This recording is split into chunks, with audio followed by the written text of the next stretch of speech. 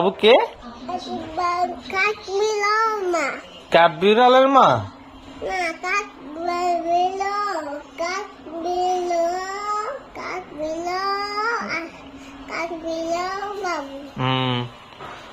তো তুমি এই বাবুকে চিনতে পারো না? এই বাবুটা কে? কে এটা? কে এটা? ছোট বাবু? এই ছোট বাবুর নাম কি?